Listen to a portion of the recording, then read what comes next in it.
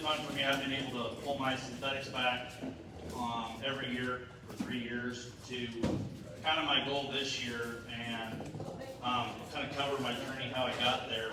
But this is something I never really think I'd get to. It was always my pie in the sky goal, and to actually get here and get to share my journey and maybe some tips that you guys can use. This is not a silver bullet for anyone. What I do on my farm isn't going to work everywhere, but maybe you can take it to pieces and chunks and put it on your farm in your context, and it'll help you out also. And kind of what started me on this journey was Bryce's talk, because he was my soil health mentor coach through the Alliance, and I was that guy spending way above my means, and it was working because I had wet years, and then I got kicked in the face a couple times, and I had to figure out how to turn it around, and I had to innovate, and I had to do it on big chunks. I didn't get to take small experiments, so hopefully I can help you make little changes early that you can apply big scale without the risk that I had to take, because it's a lot more fun to innovate when you don't have to. So, quick journey. We established our farm in 1924, Lebanon, Kansas, which is in between Colby and Goodland, far northwest Kansas. We get about 18 inches of rainfall annually.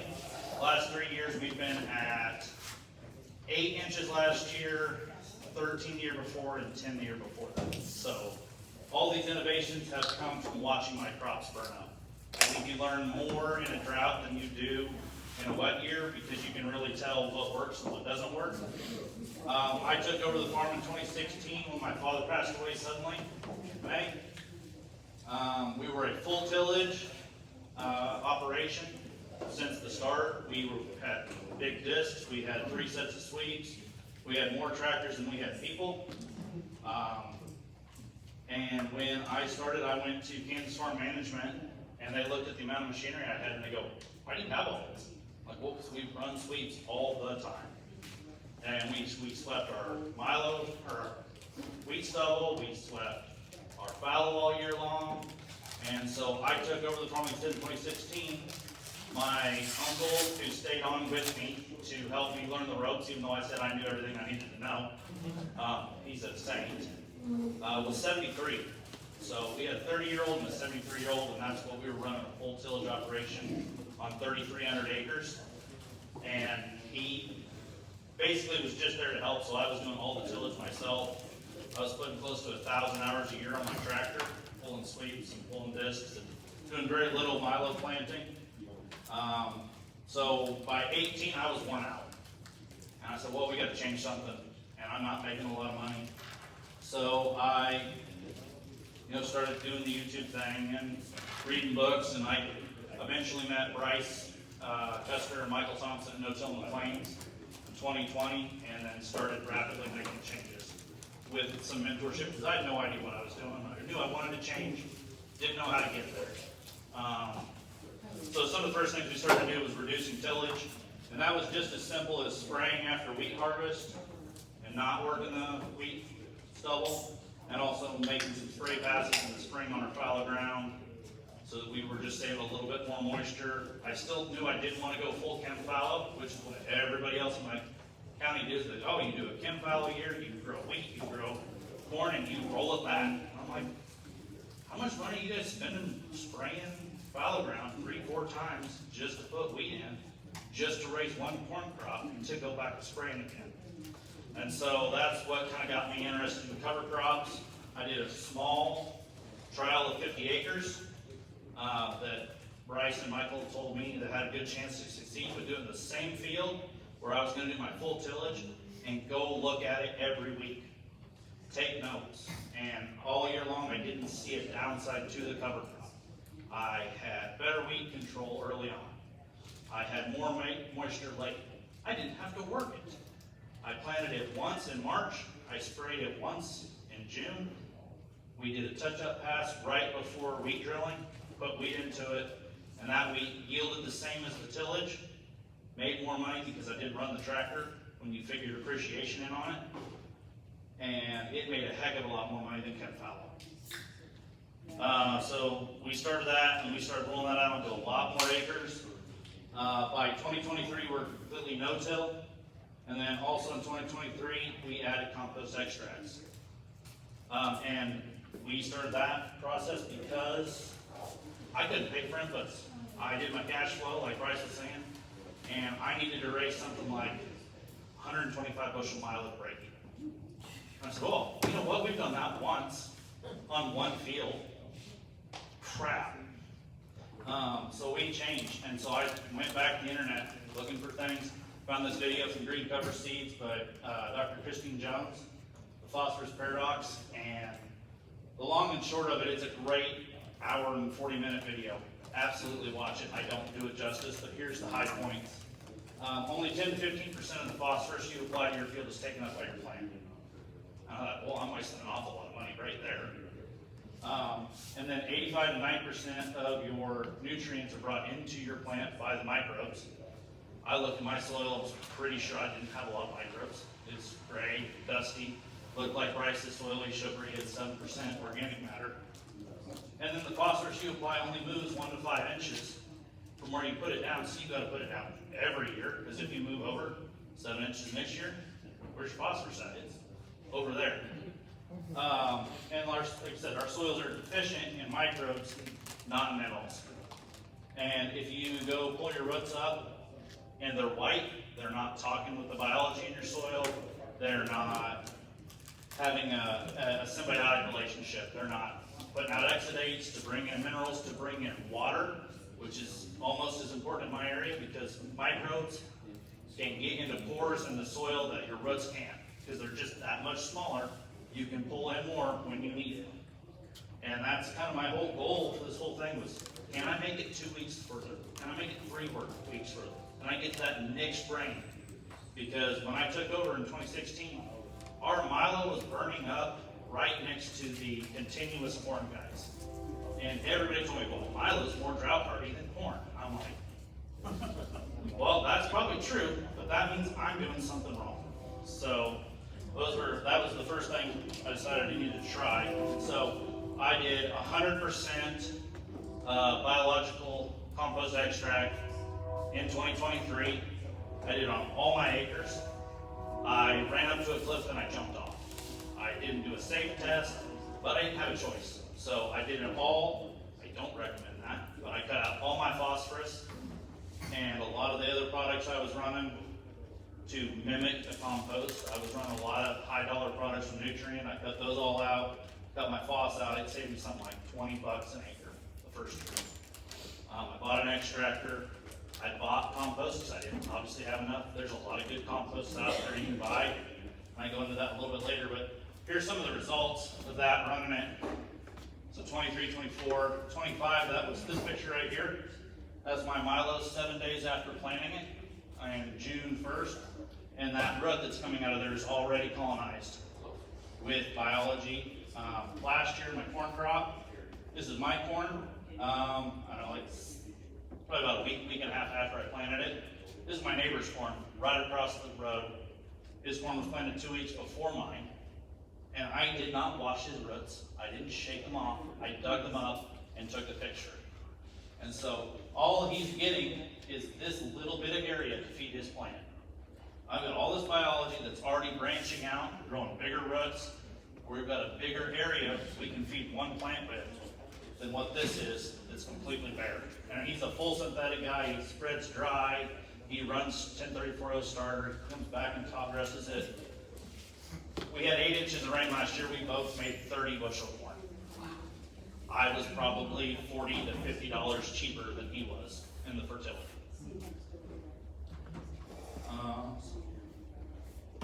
So this is back to where I started. The very first time I ran compost extract was on my oat cover crop that I put in the spring. Over there on the left, I ran a trial. I was like, well, let's see if this really works before I get into milo and corn planting, and let's work out any bugs. So I did a quarter. I left 10 acres without any extract. So the my right hand up there is where I ran the extract, and you can see it's got bigger roots. It's got a lot more rhizo sheet. The other one has some.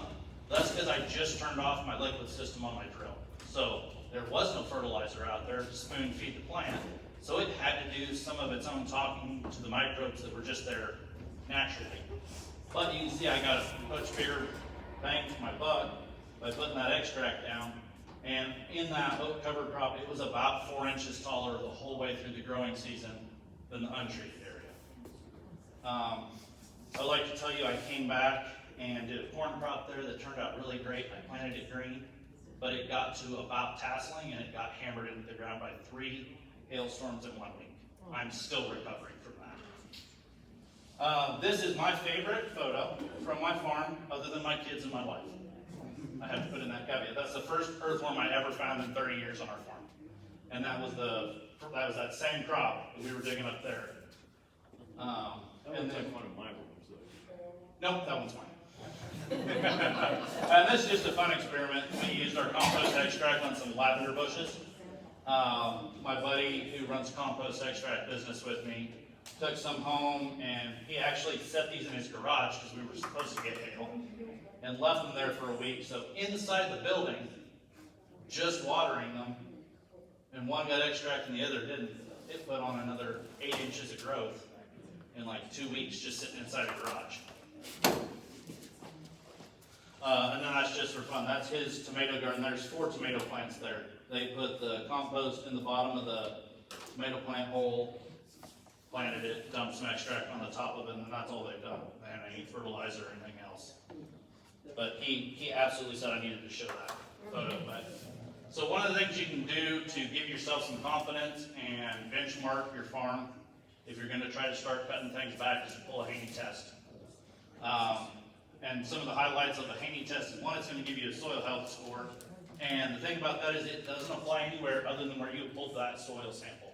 And it's a benchmark for when you pull the next one, and you pull the next one, and to see if you're trending in the right direction. Don't take your soil health score and go across the county and apply it to them.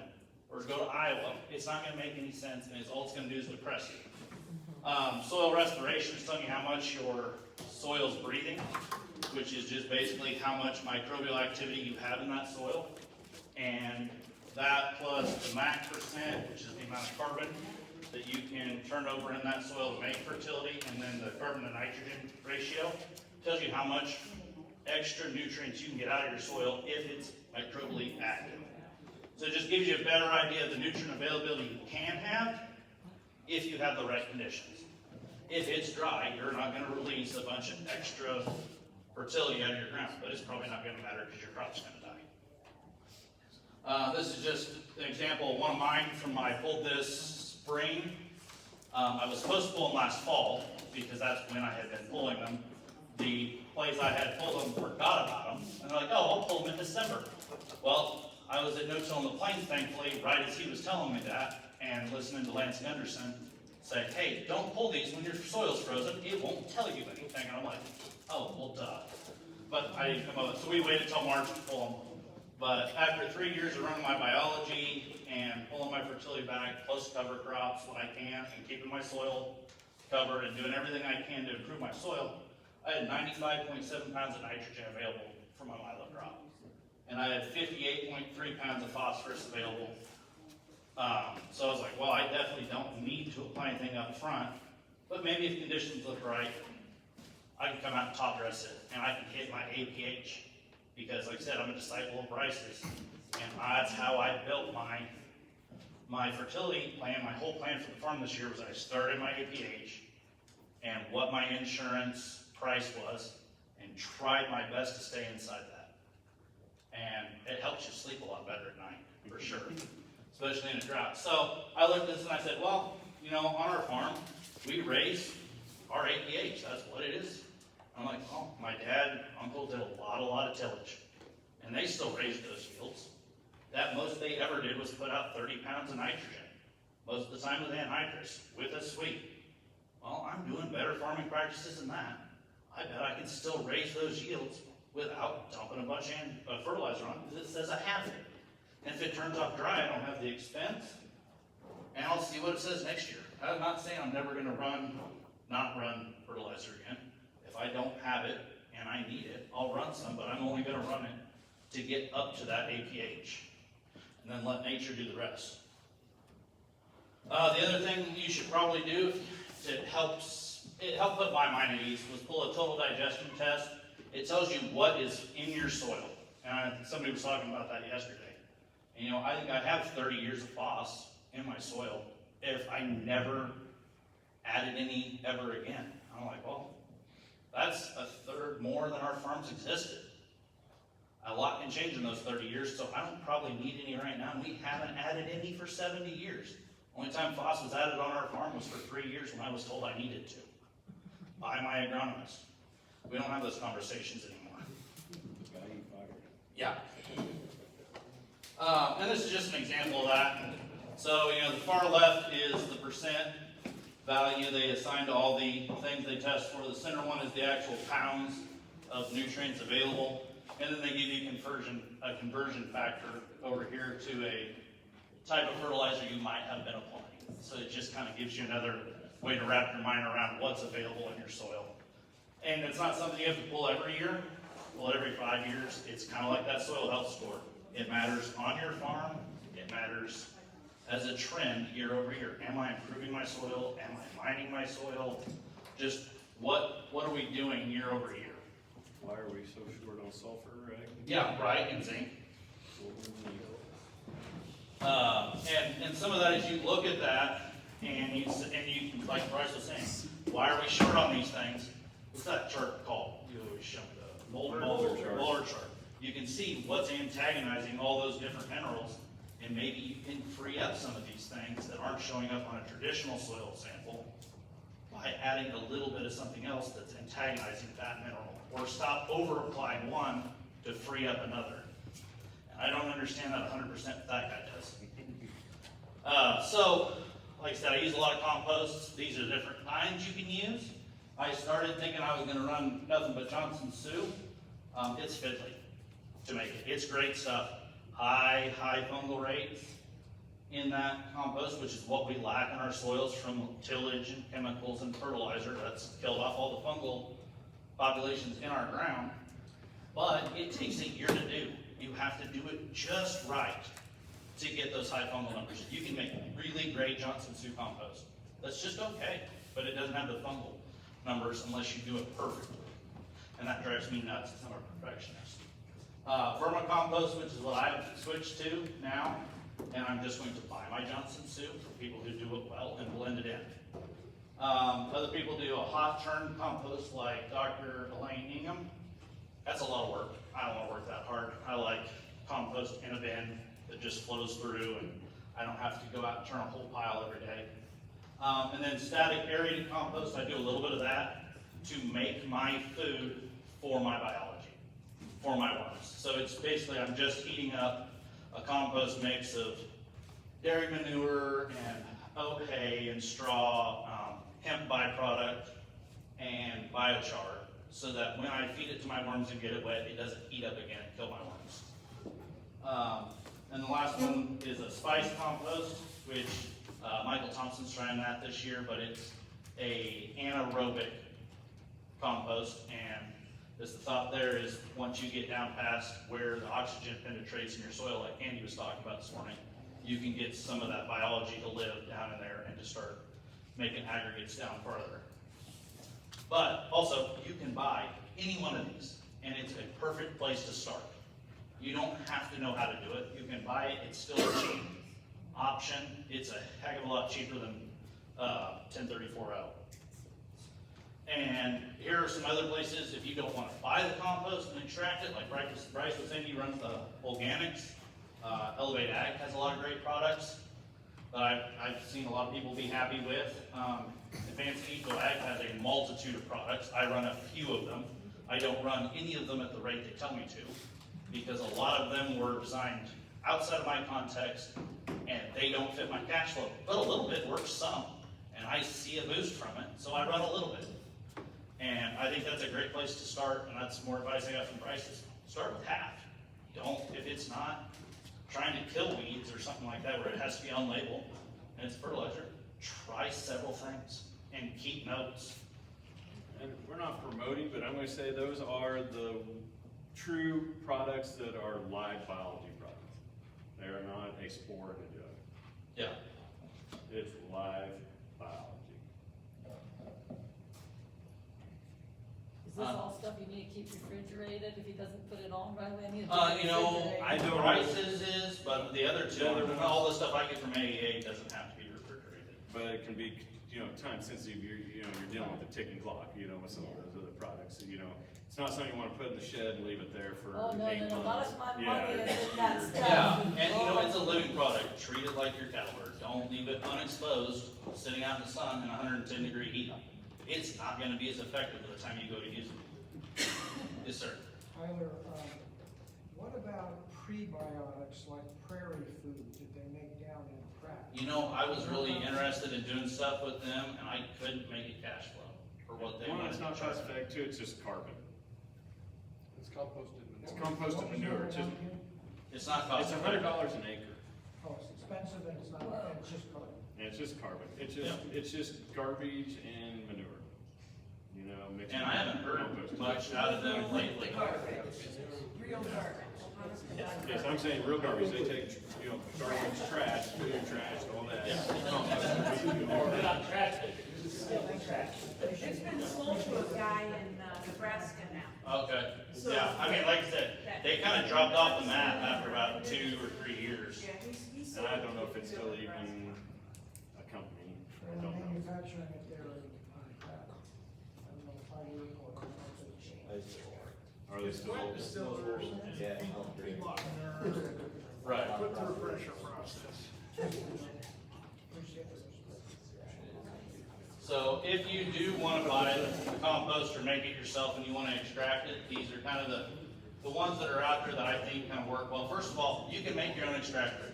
If you are mechanically inclined and you have the time to play with it and the time to do it wrong, and have it plug up your planters and have it do those things, and I'm not saying do it wrong because you're an idiot, but you're not gonna get it right the first time. I've had 2 neighbors try it, it's taken them 2 full years to get it figured out, and then they're extracting on their own as far as I know. They stopped coming and looking at my extractor every like 2 or 3 weeks, so I think they got it figured out.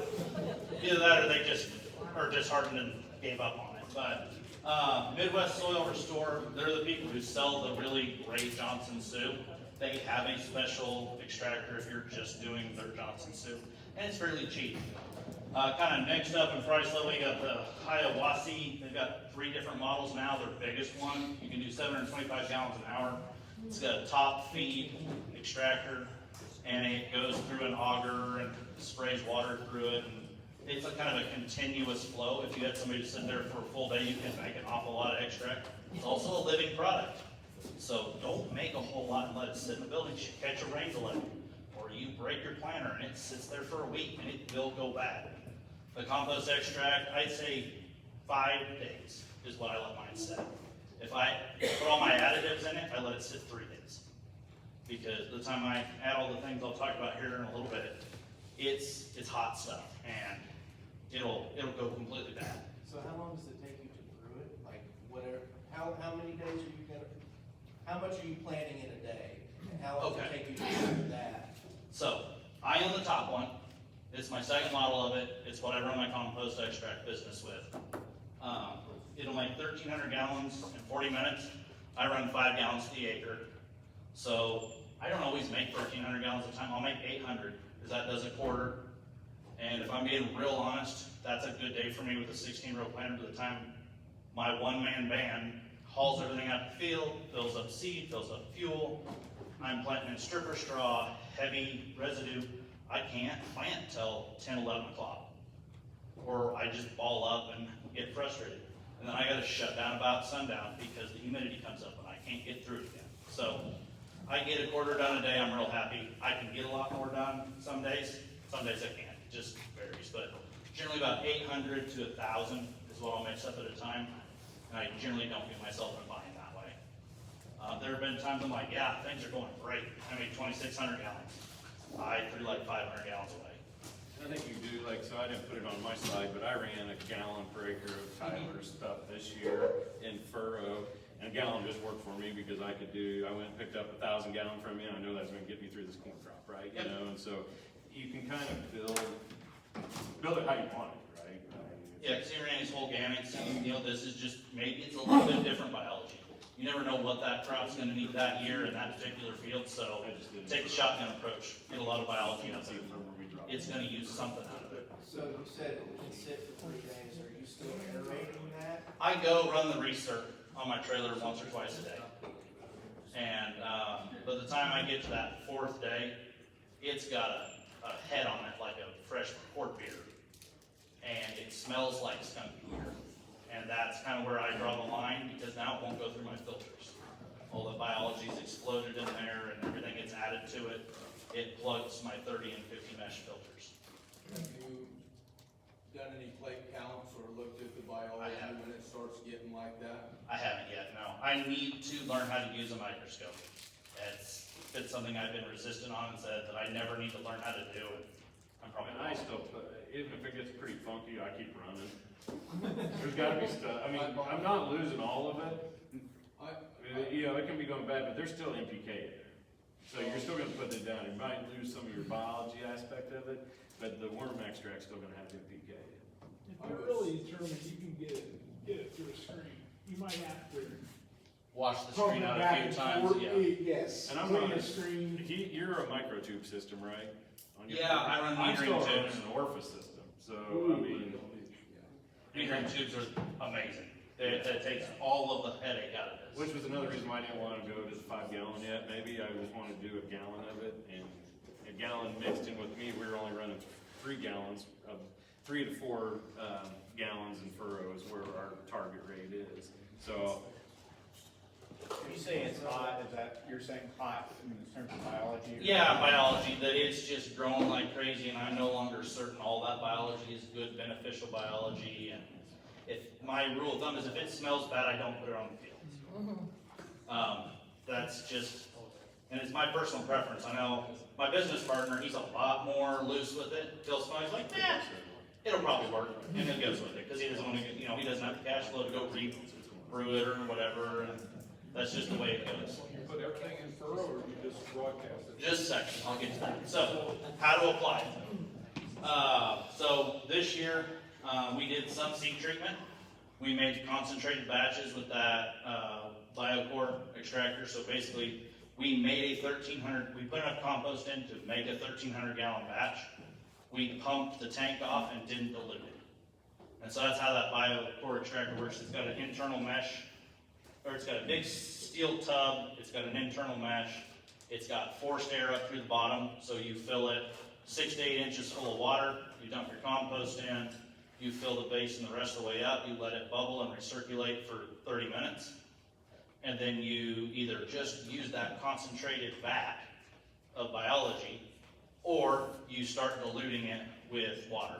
So with all the improvements he's made and the newer model we bought, you can get 7 gallons of extract per 1 gallon of compost. And so that really goes a long ways, and then I apply 5 gallons to the acre, is kind of where I'm at on a dryland acre. But at the concentrated rate, I put 4 ounces on 100 pounds of seed. So I have a seed treater, and that's how I treated my corn and milo this year. We did some half an ounce to a full ounce per pound on some oats, made some really wet oats. They did well, but I was scared because they were somebody else's oats that I was treating for them. You can also add micronutrients and other things. At that time, I add seed flare from AEA at that time because it's a micronutrient pack, and it's a heck of a lot cheaper than running a liquid one. You can add it in furrow. Like I said, you run 5 to 8 gallons an acre, and that kind of comes from Dr. David Johnson. He kind of said 8 gallons for his environments with straight Johnson Sioux. I see a response of 5 gallons. It's where I'm profitable, that's what I run. Well, I guess we kind of push to 8 gallons if you're on an irrigated acre where you've got a little bit more bang for your buck, and you can guarantee the soil's gonna stay moist the whole year. And you're not worried about it dying off because you dried out in drought. And you get more bang for your buck that way. Other things you can add to that in furrow, like Rice added all the stuff on his. You can also add molasses, kelp, straight sugar, Fulvix, Humix, whatever you can get through your planter. I try to keep the salt load really low because I don't want to kill off that biology, so I don't add any 1034O or anything like that. You can do a foliar treatment. I had intentions to do that this year, just some straight biology passes, and I didn't get to it. I'm going to run some on some feed for my neighbor. when I get back into this week. And so hopefully have some results from that. But that's kind of a 2 to 8 gallons an acre over the top. You can mix with other nutrients at that point, or more molasses or more kelp, just to try to get more leaf surface covered. Try to get a good beneficial biology on that leaf surface, so if something moves in, that it can't get to quorum and start pulling your yield down, like was that tar leaf spot, or any of those kind of DOS as well, those kind of things that are leaf diseases. You can try to fend off with the biology on the leaf. And the other reason I didn't get out there, just like Bryce was saying, is I wasn't sure if my crop was going to die or not this year. So I just didn't pull the plug or the trigger early on that. The other thing you can do, I know Organics has a breakdown product. You can run, I listened to a guy out of Burlington, he goes out and runs 20 gallons an acre of compost extract in the fall to start breaking his residue down.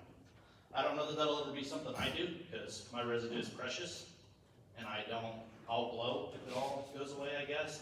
It's kind of my mentality. I might do a trial out in the middle of the field. I don't know. Still blow there? Yeah, I don't know. You're gun shy after, Wow, yeah, I had to some. kill 14 people and I subbed you right by. Yep.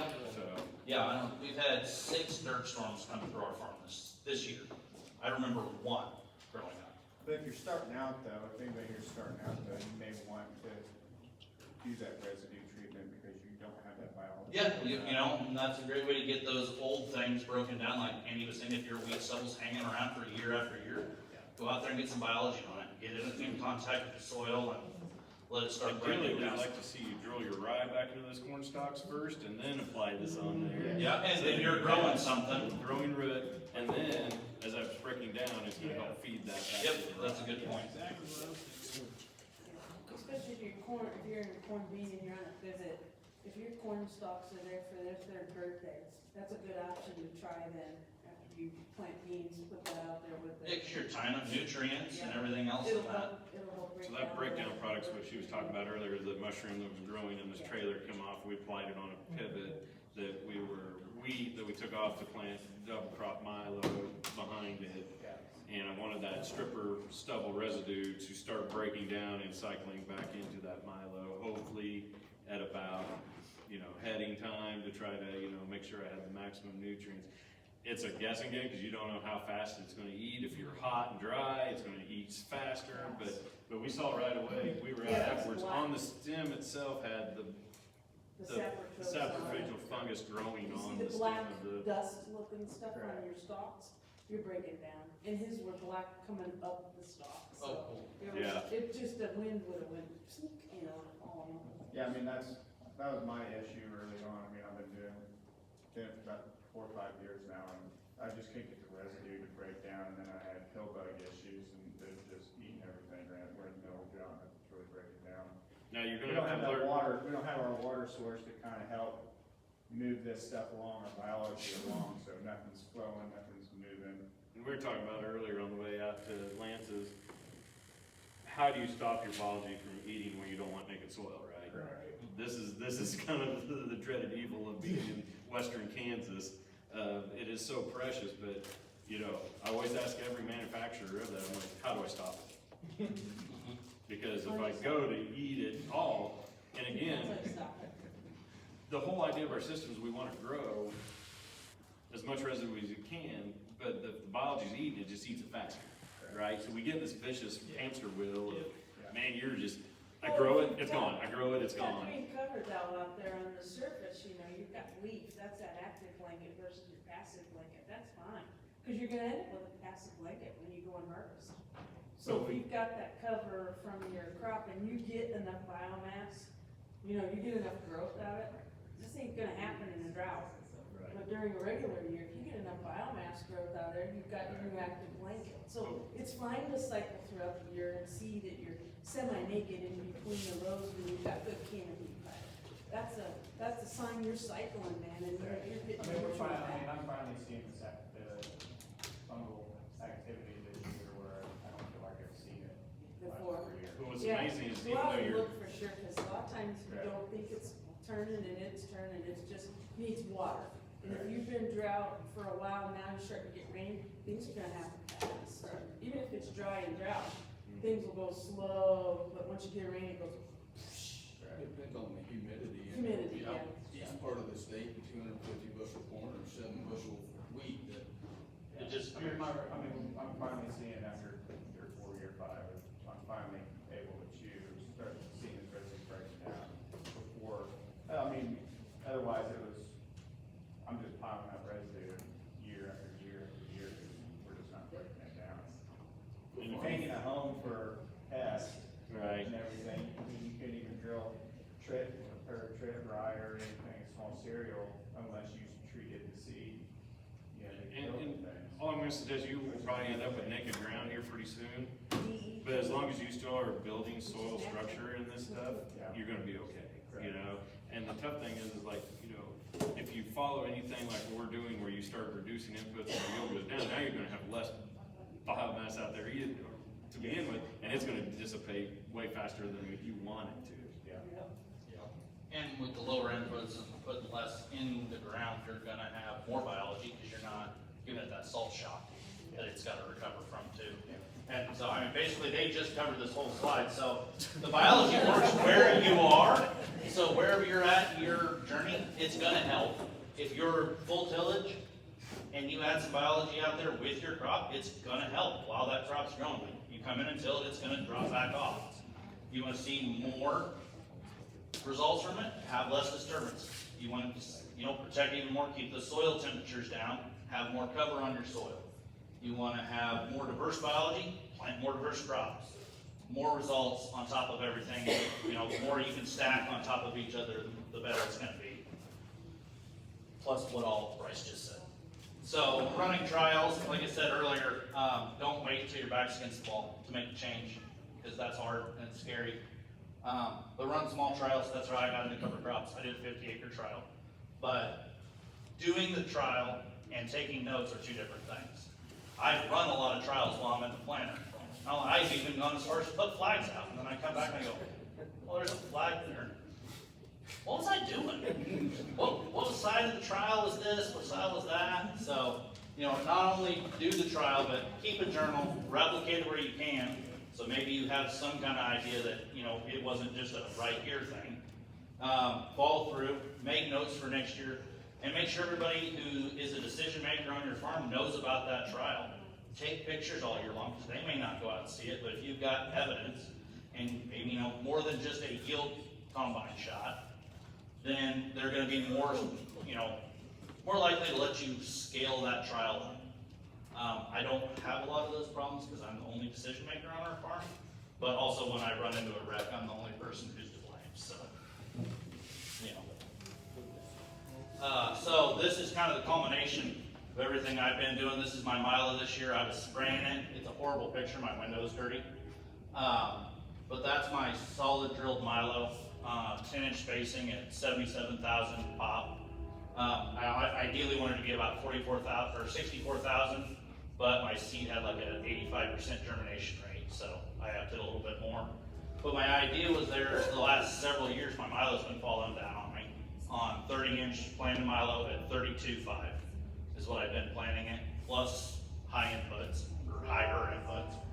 And so I'm trying to get just one main stock with no tillers on it, because the tillers are always what pulls my crop down in western Kansas. We get a little bit of moisture and a 30-mile-an-hour wind, and I have all my Milo on the ground. And I think probably to go along with that, when I started, I didn't have a lot of Milo falling over. I was low inputs. That was that 30 pounds of nitrogen and nothing else. Well, I ramped it up because I was told that's what I should do to raise better crops. My Milo started falling over. So I went to this, but this Milo field has no nitrogen, no NPK up front. This is just biology. And this was taken July 7th. So that Milo is this tall. And I'm running a top dress pass over it. It's a 1.5 gallons of melted urea with some humates in it, a little zinc and a little sulfur that I got from nutrients. It's like their NutriSync, zinc and sulfur, I think. And then 2 gallons of water, so that my sprayer would work well. I ran about 10 miles an hour and just went over the top of it. Tried to keep it when the humidity was high, late in the day, early in the morning, or all night, if I felt like it. Which is where I got to, because I had 3,000 acres of it to do all by myself in July. So it got hot, so I had to shut down. I tried to not go above 86 degrees.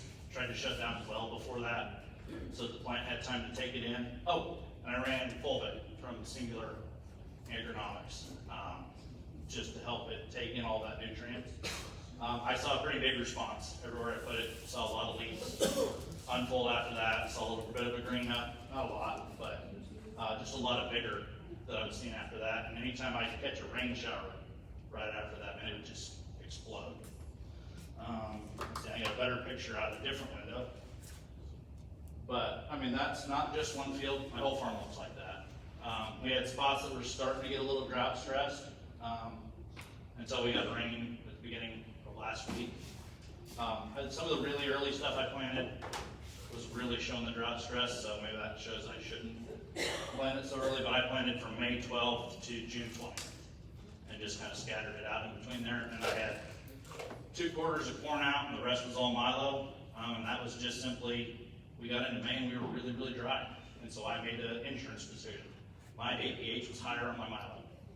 So that's what I went with. And that's gonna leave more residue than corn at 15,000 seeds per acre on 30-inch rows. Droughted out corn is terrible the next year, no matter what you follow it with. It's just, there's nothing there to cover the soil up. There's some pictures I took of my corn that has that exact same program on it, and that's before I ran my top dress. And so that corn was just tall enough I could drive over the top of it with my Apache, so about here. I would have liked to have been out there much sooner, but once again, I'm one man and I still felt like I was doing good going out there spraying it at that point. But it was getting close. I waited an extra week to spray this just because it was so dry. Stream or is it It's a T-Jet flat fan. Okay. Yep, it's a green one. Scorch by not putting any, I mean, you got the Fulvic in there, and I suppose that must help it, but you don't put sugar in there? No carbon? I ran the Fulvic.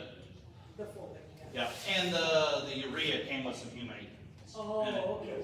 Yeah. Because the other, like, man, that'd cook that, but it didn't. But no, I didn't. The only places that I saw that were like in my milo, where I had volunteer corn that was right underneath the nozzle, or where I was running my boom. That would be a little bit taller, and it would just soak that whole plant. And you come back the next day and the thing was just hurt. Which I'm like, you know, if it goes and kills that, that's probably actually going to help me out. We ran 7 gallons of melted urea on corn and it didn't burn. I would not go over 3 gallons on milo. You get much over that, and there is a potential. It doesn't handle it like corn handles it. So milo, I would not go more than 3 gallons of melted urea. So what's the concentration of this melted urea? Was it like 18 to 20%? 20 to 21%. So, But how that's many 20 pounds of gallons. urea per gallon of water then?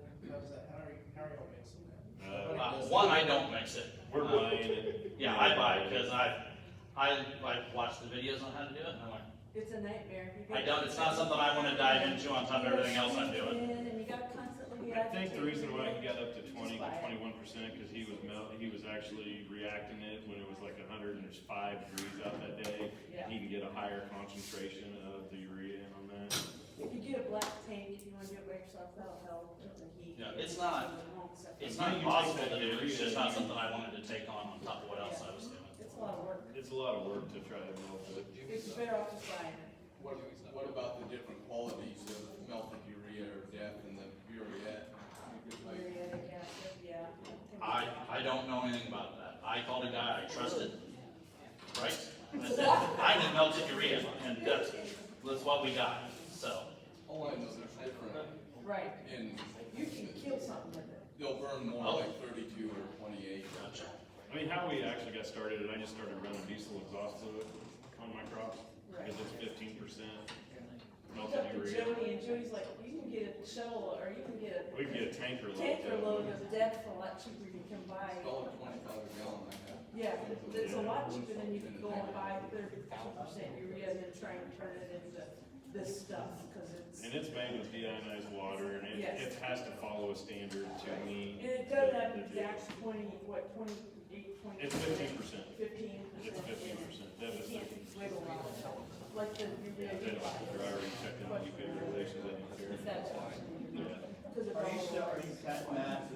I mean, are you adding a couple of gallons of water just to eliminate? Yeah. Yeah, so I ran 15 gallon barrels with that 7 gallons, so I have 8 So it's gallons, cut in half. 8 gallons of water, and he I ran 4 total gallons. so you did 2 and 2 then basically, yeah, so he did about half too. There's some guys down around Fowler that have been running 3 to 4 gallon on wheat and Milo and stuff with no water. Just straight. Yeah, and I did oats with it, and I didn't burn the oats either with it in the spring. I did 5 and 5 on my wheat, at 5 weeks. Who are you gonna contact him to get the debt? I'm super curious. Nobody does that in Oklahoma, so. You go to your diesel fuel guy Yeah. and get shuttles of it. You can buy it on Amazon. Don't tell them what you're doing. I don't care. The worst thing about shuttles is you gotta pay a $300 shuttle deposit, because they're a special shuttle that has this, where you can hook the depth pump onto the top of it, but it still has a valve at the bottom, because they just refill the shuttles themselves with it, and they buy it from people that are metal. You can even buy it from Amazon. But once you're done with that shuttle, you just give it back and get your deposit. But yeah, you go to your fuel supplier, Buy a gallon at a time. they're gonna make you buy a shuttle. I mean, if you wanna go, yeah, as I said, if you wanna pay $5 a gallon for it, you go buy it. Yeah, if you wanna try something small, go buy a little bit of it, yeah. I know So- Jimmy Evans has been doing it the old fashioned way, Right. streaming it and mixing it and doing the. Yeah, and he's had this So didn't he fall off of his Yeah, it's thing like- about broke his neck trying to do it? And you Somehow can that add was a mileage. savings. Yeah, You can. Jimmy was selling his young juice Jimmy juice. that was melted real, his bio. Yeah. But now that he's in Tennessee, I don't know. Yeah, that's all. There's no more. He's at least doing that. Yeah, I didn't add any biology to mine just because I was afraid of some of the stuff that's in my biology just separating out. Bryce ran into some of that with his stuff in his planter, and I was already behind the gun, so I just left the biology out of it this year. Next year, I'll probably start the first couple of fields that way. That's kind of my other suggestion on trials. Do it early in the season when you think you have lots of time to do things. Don't leave it till like, I'm gonna do this on the last field, because you never feel like it by then, or you do a terrible job of running the trial. But, so these are our results, from all the different things we've been doing. So in 2022, we were still a full synthetic, input farm. So we ran 50 pounds of nitrogen on all of our corn and milo. We ran 30 pounds on our wheat. We ran 30 pounds of phos on our corn and milo. We ran 20 pounds on our wheat. I had lots and lots of inputs. I think it was at $100 an acre for my fertility program. I raised nothing. I had 0 bushels harvested in 22. We had like 6 inches of rain. We barely had enough to make residue, so we didn't blow over the winter. So that was kind of the last year that I was like, well, this is stupid. I'm spending an awful lot of money and losing a lot of sleep to be raising nothing. So I started pulling things back. Like I said, in 23, we added just the compost extract in furrow, nothing else. We didn't run any molasses or fulvic or anything like that. Just getting started. We pulled our nitrogen back to 30 pounds, and all the nitrogen I had been applying was 0x2 behind my planter. 2023, we finished with 45 days of no rain. August and September, we had 10 straight days of 100-degree heat and 20-mile-an-hour winds. My corn went from like 120 bushel corn to 60 bushel corn average. One note I do have on there, where I ran this extract was a first-year no-till field. It had been conventional wheat. I swept the ground, drilled the wheat, but we did take it off the stripper head, and then we sprayed the stripper straw. We didn't run a cover crop or anything like that, and I planted corn into it, and it made 75 bushels the acre. It stayed green 2 weeks longer than the neighbor's corn. We harvested 2 weeks later than they did. Theirs made 45. I'm not gonna say you're gonna see that kind of response everywhere, but that showed me that was just the compost, because I hadn't changed anything else on that field. It hadn't been long-term no-till, it hadn't been long-term cover crops. Our milo averaged 55 bushel the acre on that program. Our best field was 85. So we were still, where we caught a rain, we were still pushing yield pretty high. Like I said, our APH on our farm's about 70, 75 for both corn and milo. So those were, you know, exceeding our APH while pulling back. And I thought, well, I'm gonna keep dialing this back until I find the breaking point, like Bryce said. On the wheat, we ran compost extract at drilling that fall. And we ran Black Max 22 from Nutrient at 20 pounds a head and a little bit of sulfur in the spring. And that was our program there. It made 41 bushel the acre. Wasn't anything phenomenal, but it made a weak crop, and I think back then I actually made a little money on it. 2024, we pulled back even more. We added more things to the extract. We cut a few things out of our 0x2 package, and that's when I really started to see some pretty promising results. So I call that a 50% drought in 2023. We had 2,100 acres of fall crops out. We harvested 1,000 acres. We harvested 4 quarters of corn and 2 or 3 quarters of milo. The rest of it was zeroed out. And basically what that was we caught an extra 2 inches of rain on the south part of our farm. That's the only place we harvested crops. So my corn made, like I said, I covered what we put into it. The corn made 30 bushels an acre across 5 different fields, just right across. And that's where I showed that difference between my neighbor's corn and my corn. He made 30 bushel too, and it was right next to my farm. My milo averaged 38.5. It's why I have a lot of milo out this year. It just does better on my farm and gives me a guaranteed yield that helps me make some contracts early. But the thing I really like to talk about, we had 8 inches of total rainfall. I had some wheat that I drilled the year before that it didn't come up until February. We went out in March right before the cutoff for short rate and wheat, and I had one little leaf, one little plant per seed. I didn't have any tillers. I said, wow, my break even on this wheat's 50. That seemed like a really long shot. So I sprayed it out. It was in cover crops, so there was an oat pea mixture stubble underneath that. And I said, well, my break even on my milo is 65, 70. That seems a lot more achievable than that wheat did. So I sprayed it out, went to milo, planted it, and where I had that oat cover, my milo made 60. The field I had right next to it was milo on milo that didn't do well the year before. I mean, 23 we made 55 bushel milo, so it didn't have great residue, but it was just, I moved over 15 inches and planted milo again. It made 14.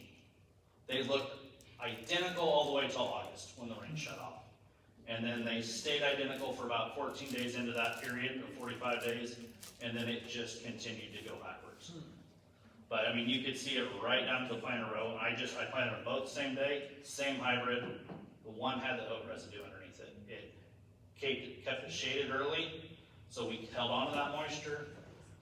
And we plant late out there to try to beat the heat, to get on the other side of the heat for pollination.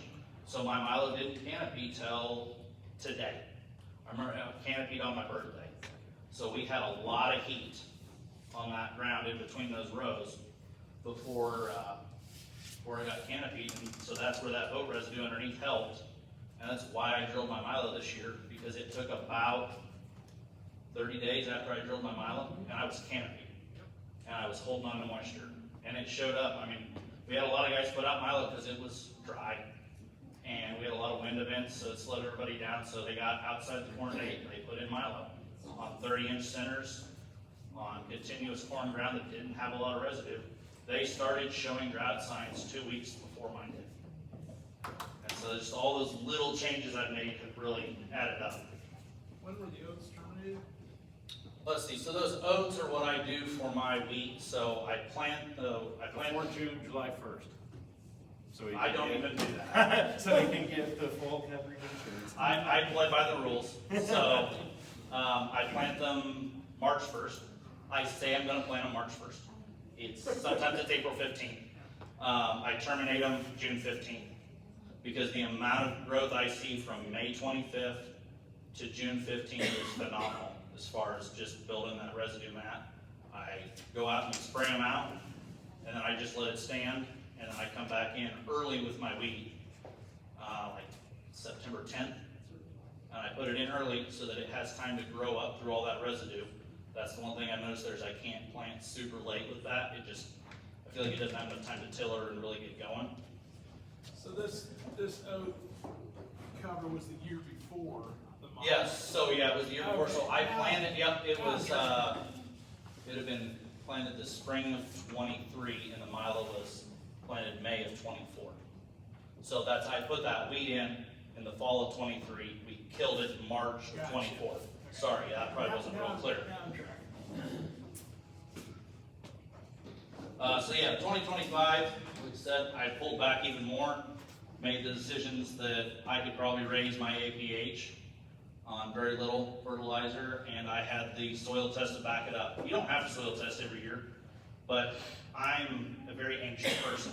I need some kind of reinforcement that I can do this, so that's that soil test for me. I pull it on every field, because I have a hard time pulling on one field and going, yeah, they're all like that. They might be, and that's kind of what they showed, but I'm not to that level of confidence yet. I like to have the reinforcement. So this year we did a seed treatment on all of the Milo. We didn't on the corn because I ran out of time and I got in a hurry. I probably should have, but on the Milo we did compost extract at 4 ounces per 100 pounds. We ran 2 ounces of seed flare, which is the bottom end of what they recommend for that, and BioCoat Gold, which is a dry product in the hopper of my air seeder. At 4 ounces per 100 pounds. And then in furrow we did a compost extract at 5 gallons per acre. We ran the blackstrap molasses at 18 ounces per acre. I figure I'm probably picking up some trace minerals there also to go along with that seed flare micro pack. We ran the fulvic acid 2 ounces per acre. And then I did a couple of trials that are still out where I ran some dried kelp with humate. And you mix it up in a 5 gallon bucket. I think it calls for 25 pounds per 1,000 gallons. I did 15 because that fit in one bucket. It didn't fit well, that's why I only ran one trial. I did it once, I went, oh, that took a while. So I'm still working on the best way to do that, but I don't have an induction cone on anything, so I bought a drill and a paint stirrer and I mixed it up in a 5 gallon bucket. And then the foliar, like we talked about, that's what we ran in the choice trio. And the zinc and the sulfur all came from Nutrient, and they mixed that up with their water there because I have extremely hard water on the farm, and that was just another thing I didn't want to tackle this year. Maybe next year I'll take readings on my water and try to get it to the right pH and do that also. But that was where I chose to start because I've never run a sprayer before, and I bought a sprayer, never having run a sprayer before, just to do this. And I bought a 2012 Apache sprayer, so it's fairly cheap as far as sprayers go, low hours, a lot of mechanical stuff, because I hear lots of nightmares about electronics on sprayers. I wanted something easy to run, because I had no idea what I was doing. So that was why I didn't take on a lot of those other projects too, because that kind of terrified me. But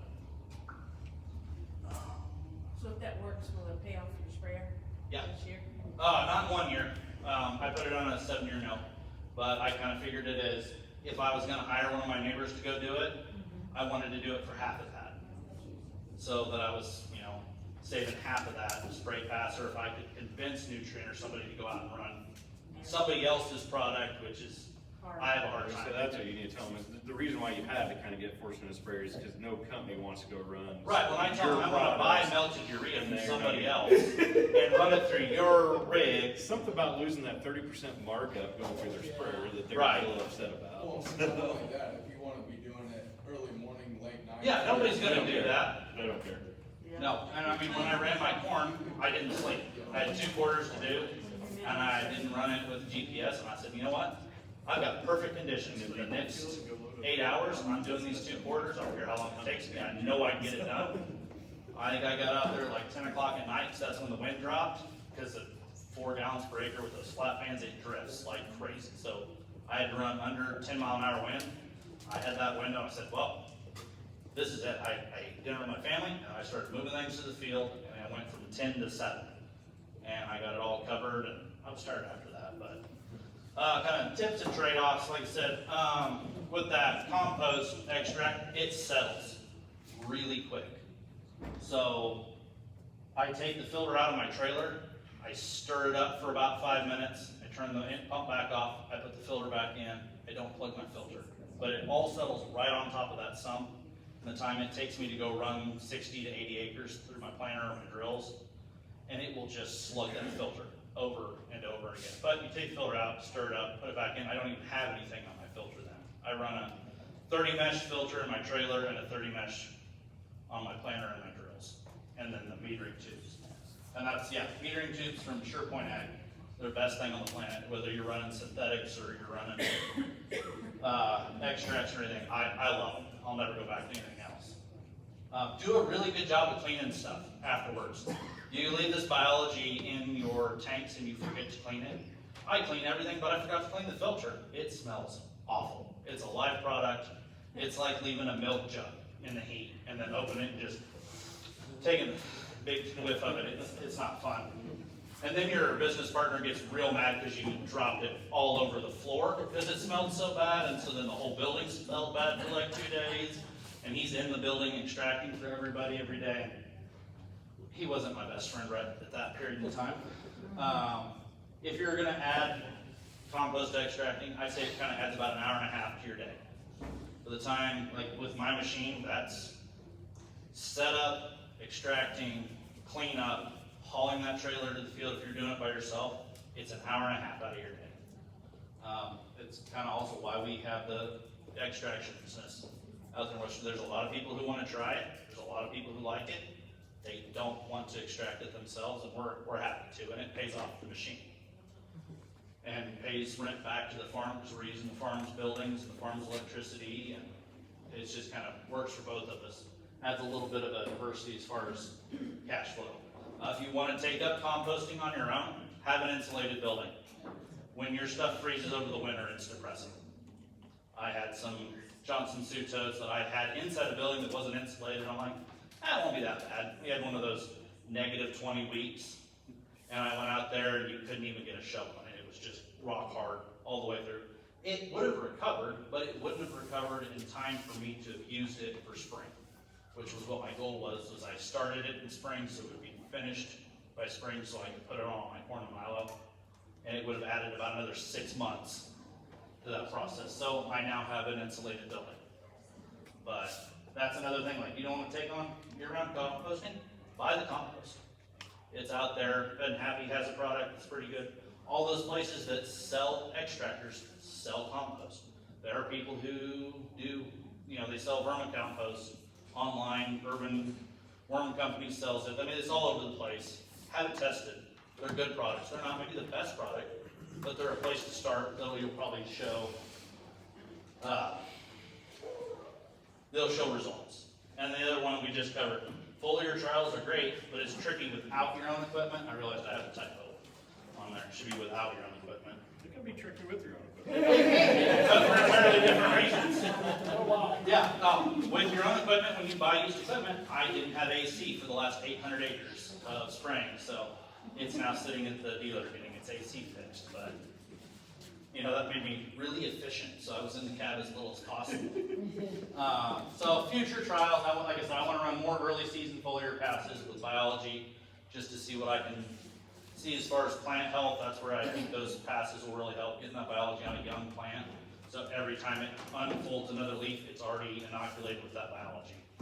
Is kind of my thought there. I wanted to run some extract through fertigation.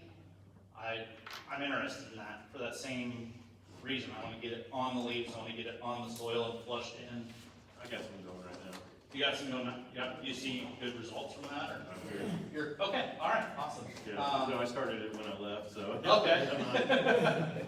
We have an aerator, and we've set it up to dribble liquid out of the back. We got that idea from Corey Miller.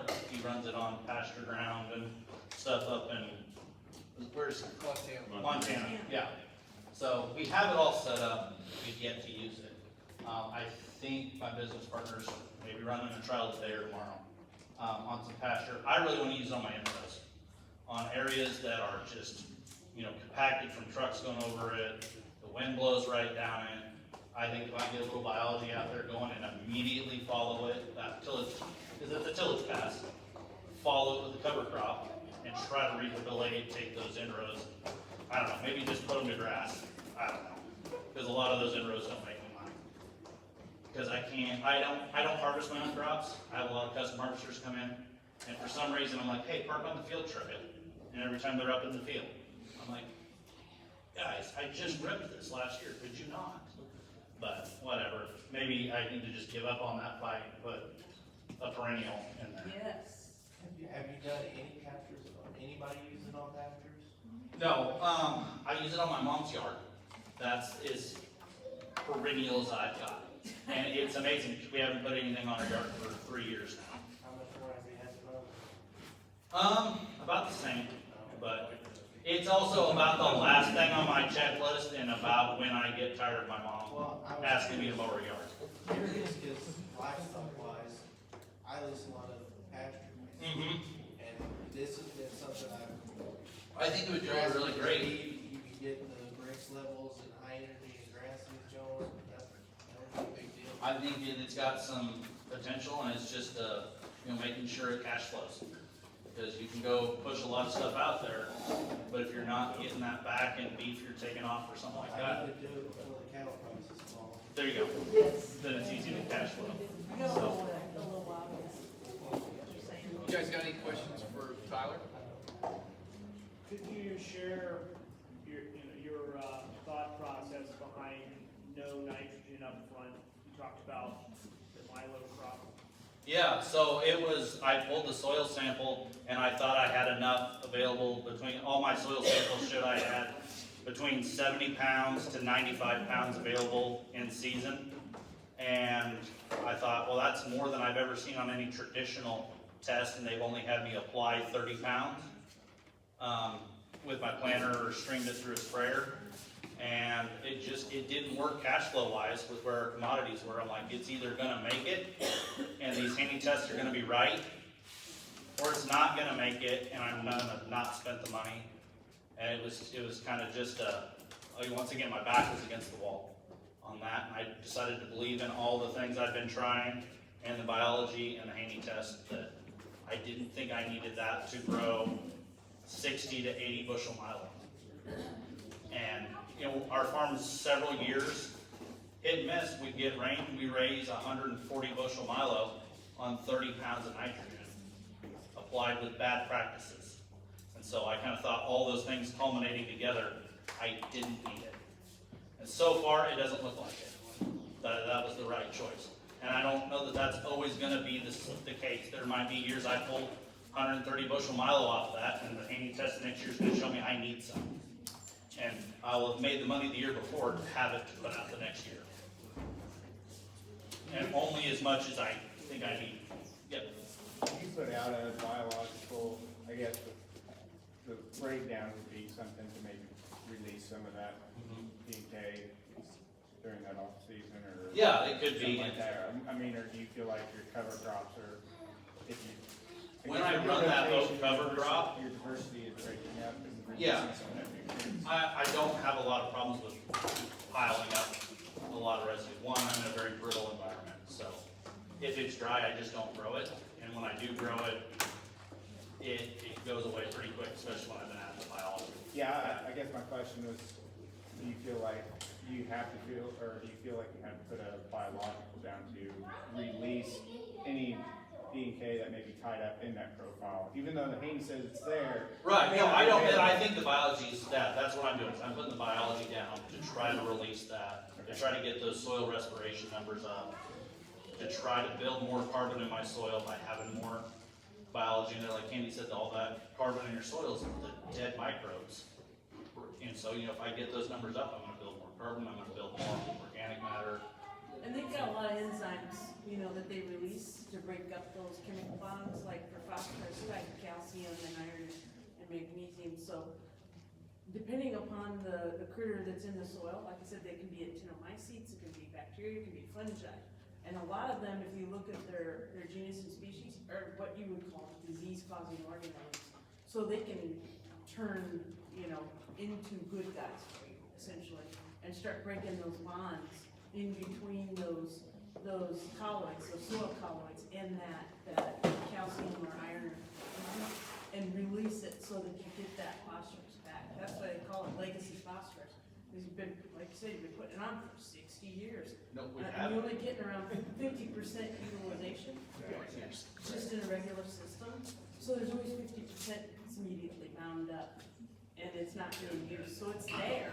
Correct. So like at K-State, they did a study, and then they said, well, we shouldn't be planting cover crops at all, because we found that when we planted cover crops, the total dissolved phosphorus increased after one rainfall. So that right there should tell you, the biology is releasing phosphorus, while you're putting 55 pounds build on it, which is what they were doing for 3 years. Yeah, we went to Minokan last year, and Jay Fuhr pulls out his TV and talks about phosphorus. They haven't put on any phosphorus for how many ever years. They have all the yield data, soil samples, yada, yada, yada. And they don't see a yield drag. Ray Ward's in the crowd, says, You don't believe Yeah, it. you're extracting.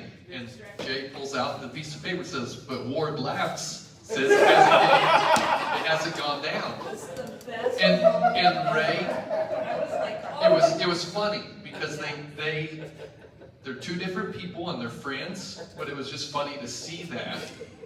He used his own lab to show, and Jay said, I'm not gonna say that we're not extracting, but why hasn't my total phosphorus gone down when we've put on nothing and I'm showing you the yield data? So there is something to the system. We don't understand a lot. Like as a species, we were talking on the way driving back over here. As a species, we think we know a lot and we know very little. We get surprised every day. So what does the Wayne Beck been saying for the last 5, 6, 7 years? He says it used to be 20 years ago it was about no-till, no-till, and for the last 12, 15 years it's been about biology. But he'll also say biology is a hell of a lot